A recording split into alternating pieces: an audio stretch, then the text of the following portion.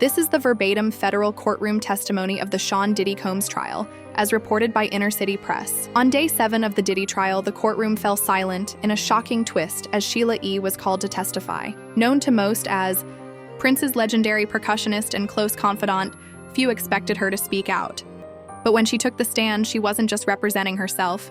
She was carrying the final warnings of a man many believe knew too much. Sheila E. revealed that Prince had confided in her years before his sudden death. He feared for his life after learning the truth about what was happening behind closed doors in the industry. Her testimony was not just hearsay.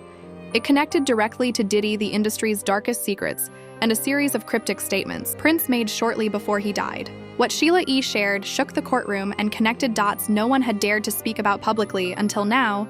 Sheila began her testimony calmly, but her words carried weight. She told the jury that before Prince's death in 2016, the legendary artist became increasingly paranoid, not of death itself, but of being silenced. He was unsettled. Sheila said, "He told me there's more going on in this industry than anyone knows. It's not just about owning your masters, it's about who owns you." According to Sheila, Prince believed the music industry had become a "let me know if you'd like to continue or adjust the tone." The following is for educational and entertainment purposes only.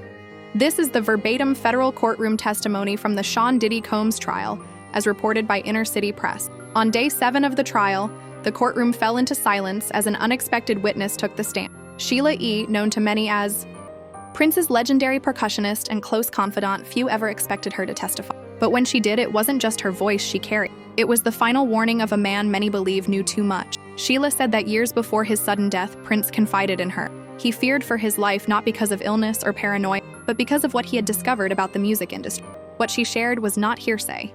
It directly linked to Diddy, to disturbing secrets, and to cryptic messages Prince left behind. Sheila began calmly, but her words hit hard. She recalled how in the final months before his death in 2016, Prince became visibly shaky. He was not afraid of dying, he was afraid of being silent. He told me there is more going on in this industry than anyone knows. It is not just about owning your masters. It is about who.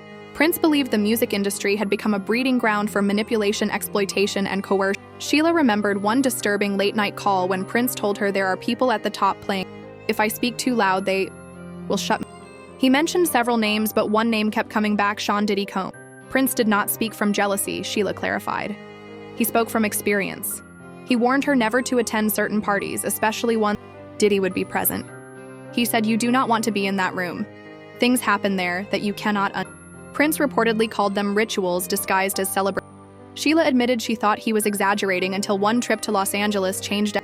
After that, Prince stopped eating, stopped sleeping, and kept repeating, "They know I." Then she shared a story that left the courtroom. Sheila described a party Prince hosted at his home, but not by choice. She said the first Diddy party she ever saw was at Prince's house, and Prince was not happy. Around 2000, Diddy asked to throw an exclusive event at Prince agreed, but only after pressure from mutual industry. It was supposed to be a professional gathering, Sheila explained. But what happened that night was something Prince never. The event began like any celebrity party, red carpet, champagne, famous. But after the cameras stopped flashing, everything changed. Sheila said security staff told her no phones and no personal bodyguards were allowed.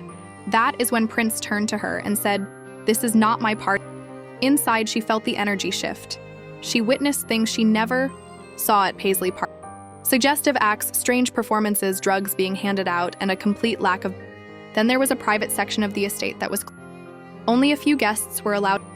Prince looked at her and said, "That is where the real." Sheila did not go beyond that. The next morning, Prince told her, "Was the last time I let him." Something dark came. The prosecution asked if she thought Prince regretted letting Diddy in. Sheila replied, "He felt like he opened a door that could never." After that night, everything. As her testimony continued, Sheila revealed that Prince believed control in the industry went beyond. It was He told me they do not just want your hits, they want your ends. And if they cannot buy it, they. Prince often spoke about secret deals, NDAs, and meetings where entire careers were made or destroyed. Sheila said he believed Diddy's infamous freak-off parties were not they were about. He told her they filming. That is how you. Prince believed it was a system built on grooming, filming, and if you did not comply, even if he was only seen in the background of a tape, he feared it could be him. That fear stayed with him. Sheila said Prince also began a legal and spiritual war with Warner Brothers, the same company tied to both his music contracts, and he believed it was all did. The same executives who shortchanged him were the ones helping. Prince believed Diddy was allowed to succeed because he played the game, while Prince was punished for trying to own his music. The courtroom was quiet as Sheila shared one of the last things. When I protect the truth even. Sheila said Prince confided in her about a surveillance system. They record every told her, and I'm everything. She described how elite parties. People were offered substances then led into rooms and unarmed. That footage would later be used as leverage to silence them or. When asked if Prince ever named anyone, he said Diddy was one of them. Prince believed Diddy was no longer an artist. He had forcer. He was not just involved, he was organizing, controlling it. Prince feared. Sheila said he would often talk about artists who disappeared or faded after rejecting him. He believed they were blackballed for refusing. But what haunted him most was the idea that those tapes were real and still out there. This is not just dirt, he told her. Currency. Sheila then described the final phone call she ends. It was in the middle of the night morning. He never called that. His sense. He sounded afraid not of Dill. He told me. They He did her. But the system, the industry, the one out. He said he'd speak out, that he was already in full. He said he might fying. He did. The prosecution did Prince.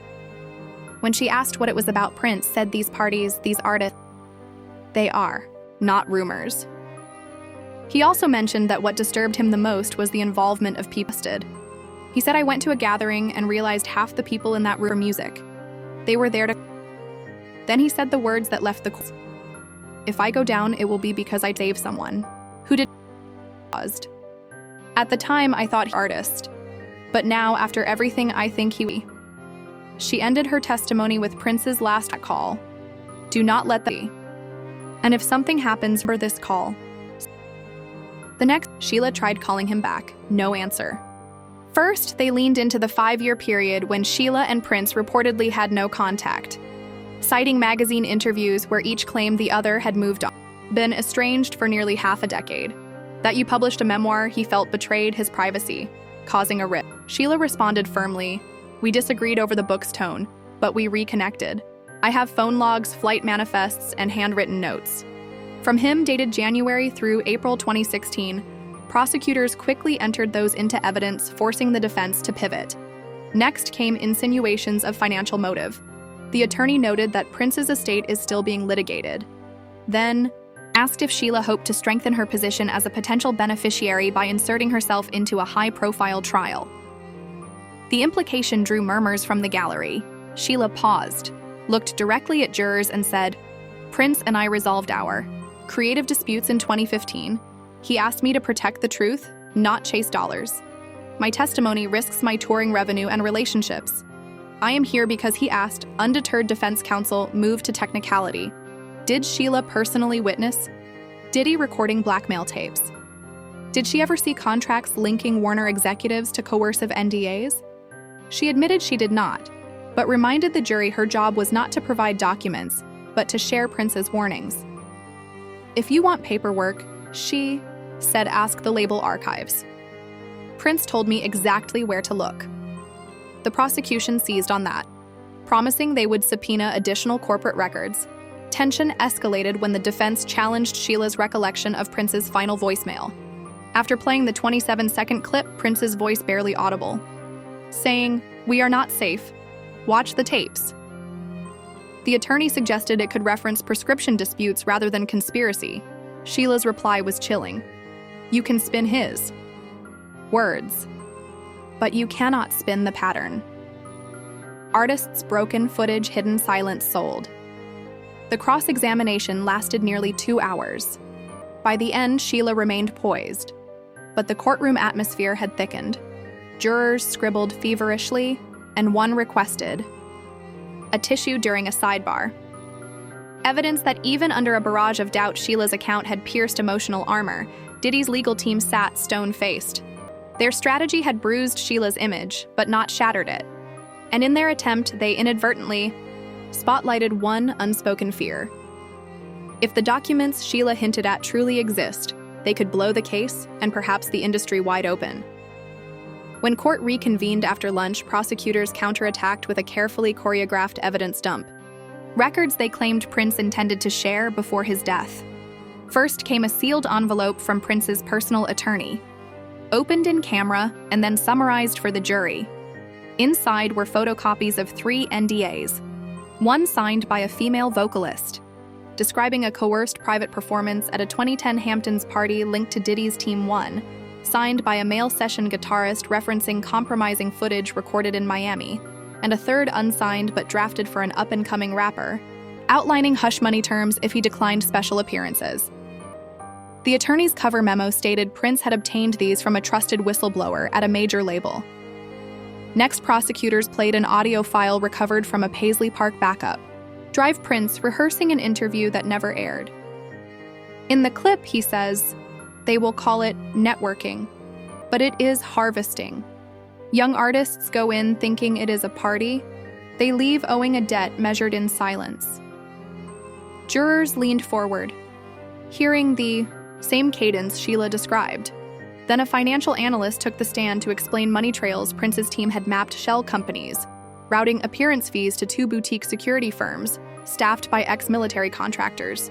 The analyst linked those firms to private events matching the dates of Cassie's alleged freak-offs and several gatherings listed in the NDAs. The analyst testified that invoices were labeled venue lighting or VIP liaison, identical language Cassie said Diddy used when hiding escort expenses. Finally, prosecutors introduced hotel keycard metadata subpoenaed from a luxury chain's archival servers. Logs showed Prince's passcode was reissued remotely at 3 o'clock in the morning, the night before his emergency plane landing. The same hour, Sheila claimed he told her, "They are outside my door." Prosecutors argued the reissue indicated unauthorized tampering. Supporting Sheila's assertion that Prince feared being followed, the cumulative effect was electrifying. Individually, each exhibit was circumstantial. Together, they formed a lattice NDAs matching Cassie's narrative, payments coded to disguise vice costs, Prince's own words anticipating blackmail, and digital breadcrumbs implying surveillance, even conservative.